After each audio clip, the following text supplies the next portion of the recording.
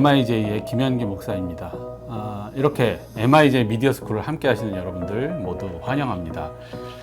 벌써 4회째인데요. 이 미디어 스쿨은요, 작은 교회, 선교지 이런 데서 적은 예산으로 예배나 이 영상 미디어를 제작해야 되는 그런 분들에게 도움을 드리고자 시작을 하게 되었습니다. 사실 큰 교회나 예산이 많으신 분들은 이거 보시면서 또 혹은 전문가분들을 보시면서 뭐 이런 것도 몰라 이럴 수 있지만 작은 교회에 도움이 필요하시거나 혹은 선교지에서 혼자 하셔야 되는 선교사님들은 참 답답한 것들이 많을 텐데요.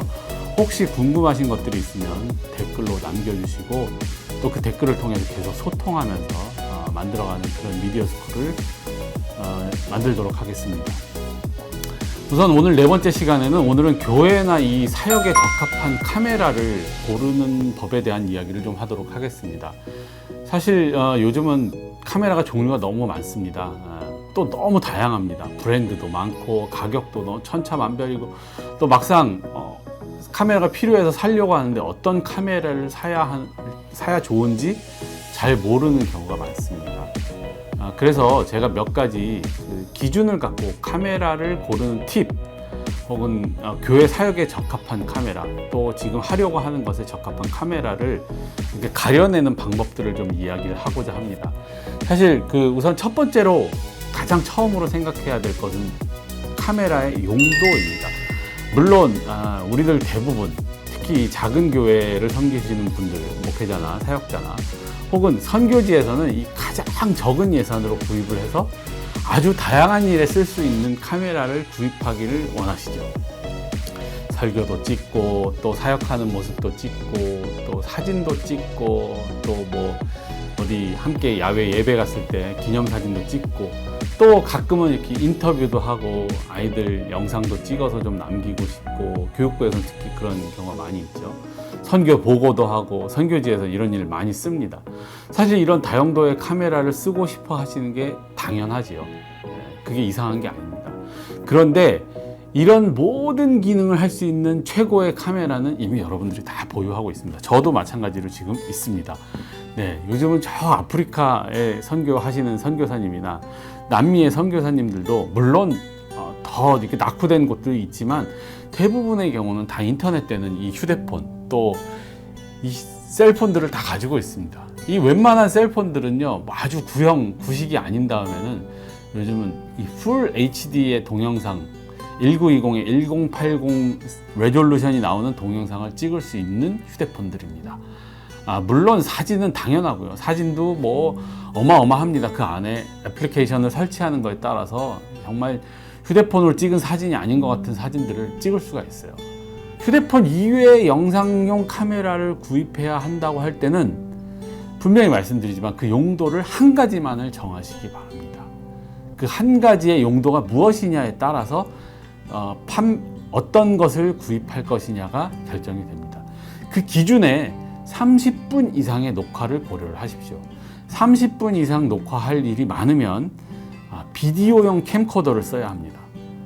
왜냐하면 배터리 문제나 여러 가지가 있거든요. 근데 만약에 30분 이상 끊지 않고 녹화할 일이 없다. 나는 30분은 별로 녹화할 일이 없어. 설교 혹은 이런 거 담을 일이 없어. 이럴 때는 이 DSLR 카메라, 미러리스 카메라 이런 것들을 사시기 바랍니다. 대부분 이 DSLR 미러리스 카메라들은 동영상을 찍을 수 있습니다. 그런데 단점이 뭐냐면 30분 이상 끊기지 않고 촬영이 거의 불가능합니다. 배터리 문제도 있고요. 또 이 안에 발열 문제 등으로 인해서 제조사가 특별하게 펌웨어를 업데이트하지 않는 한, 펌웨어를 풀어주지 않는 한 30분 이상 녹화가 불가능합니다. 물론 이 펌웨어를 여러 가지 방법으로 또 해결하는 사람들도 있어요. 하지만 굳이 추천을 드리지 않는다는 거죠. 왜냐하면 제조사에서 권장하지 않는 방법이니까. 그렇기 때문에 이 30분 녹화에 대한 기준은 분명히 고려를 해야 될 거고요. 두 번째로 고려를 해야 되는 부분이 바로 외장 마이크를 사용할 것인가에 대한 문제입니다. 대부분 이 전문가가 없는 교회의 선교지는 이 마이크 문제를 되게 간과를 하게 돼요. 선교사님들 선교 보고 해오는 것도 보면 대부분 휴대폰을 그냥 찍어가지고 휴대폰에서 수음을 하는데 이게 지금처럼 이렇게 실내 공간에서는 그렇게 문제가 되지 않을 수 있지만 사실 야외나 이런 데에서 수음을 할 때는 굉장히 심한 방해 요소를 일으키거든요. 이 내장 마이크로 수음을 하는 것과 외장형으로 이렇게 저처럼 마이크를 달아가지고, 휴대폰에도 마찬가지입니다. 마이크를 달아서 사용을 하는 경우는 어마어마한 차이가 많이 납니다. 카메라도 역시 마찬가지입니다. 내장 마이크밖에 없는 카메라와 외장 마이크 단자를 꽂을 수 있는 단자가 있는 경우는 이 마이크뿐만이 아니라 외부의 오디오 믹서라든지 어떤 다른 소리들을 또 담을 수 있는 사운드 믹싱 시스템이나 외부 단자 등을 이용을 해서 또 다양한 소리들을 영상에다 담을 수가 있습니다. 뭐 예를 들어서 외부의 밴드라든지 연주하는 것이라든지 아니면 기타 사운드라든지 뭐 악기 소리들이라든지 이런 것들을 다이렉트리 연결할 수 있는 요소가 있거든요. 그래서 이 내장 마이크만 있는 그 카메라라면 이 울림이나 스피커로부터 나오는 소리 말고는, 이 내부에서 나오는 소리 말고는 담을 수가 없겠죠. 그러니까 이것은 굉장히 중요한 선택의 요소가 됩니다. 이 외부 입력 잭, 외부 마이크 단자가 있는 것은 아주 중요한 요소죠. 세 번째, 촬영하려는 대상과의 거리를 고려를 하십시오. 예를 들어서 설교를 녹화를 한다고 쳤을 때 설교자와의 거리에 따라서 가장 그 카메라에서 기본적으로 갖고 있는 것들은, 특히 이것은 캠코더에서 되게 중요한 문제인데요. 줌 배율이라는 게 있습니다. 보통 옵티컬, 광학 줌이라고 하는데요. 옵티컬 줌과 디지털 줌이 있는데, 이 디지털 줌 배율에 대해서는 고려하지 않으셔도 됩니다. 이것은 기계적으로 사실 화질, 얼만큼의 레졸루션을 얼만큼 확대할 것이냐의 문제이기 때문에 조금 뒤로 두시고요. 가능하면 옵티컬 줌, 이 광학 줌 배율이 얼마가 되느냐에 따라서 카메라를 선택해야 된다는 겁니다. 왜냐하면 설교자와의 거리 혹은 촬영 하려는 거리가 먼 경우에는 이 배율이 좋지 않으면은, 줌이 생각보다 좋지 않으면은 당겨서 잡아야 되는데, 피사체를 보통 예를 들어서 방송국에서 쓰는 카메라들, 특히 뭐 야구나 골프 뭐 이런 쇼 이런 데서 쓰는 중계용 카메라들은요 50배 이상의 광학 줌을 쓰기도 합니다.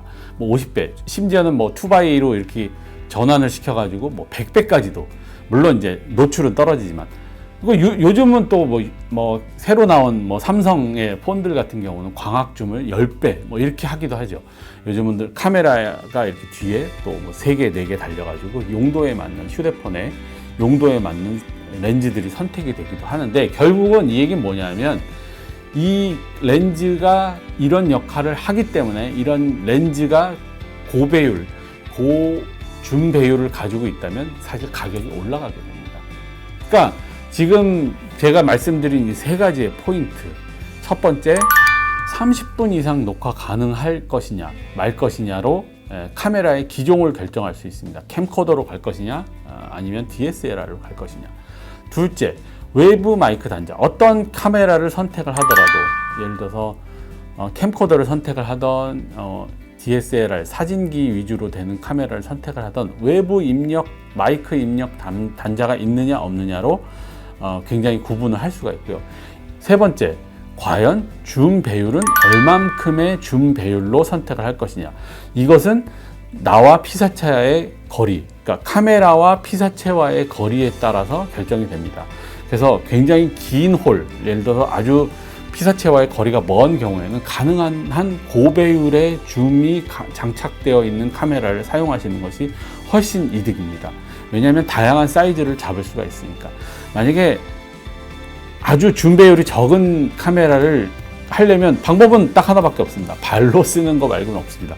앞으로 다가가서 물론 찍을 수 있습니다. 뭐 이건 나중에 사진 이야기를 하면서 이제 한번 또 렌즈에 대한 이야기를 또 할 기회가 있겠지만, 그런 것들 말고는 사실은 갈 수 있는 방법이 없거든요. 그러니까 줌 배율이 굉장히 중요한 요소라는 것, 그 다음에 특히 줌 배율 중에서도 디지털 줌에 대해서는 신경 쓰지 마시고 광학 줌, 옵티컬 줌이라고 하는 이 배율을 꼭 고려를 해서 캠코더나 혹은 줌 렌즈 등을 선택을 하셔야 된다는 거, 이것을 오늘 꼭 말씀을 드리고요. 이 세 가지 꼭 명심하시고 카메라를 고르실 때 그것들을 포인트로 잡으시고 카메라를 이렇게 하나씩 이것은 나에게 적합하지 않아 라고 이렇게 젖혀두시고 하다 보면 카메라 몇 개 남지 않아요. 그 중에서 가격과 브랜드 여러 가지를 또 고려하는 그런 방법이 있겠습니다.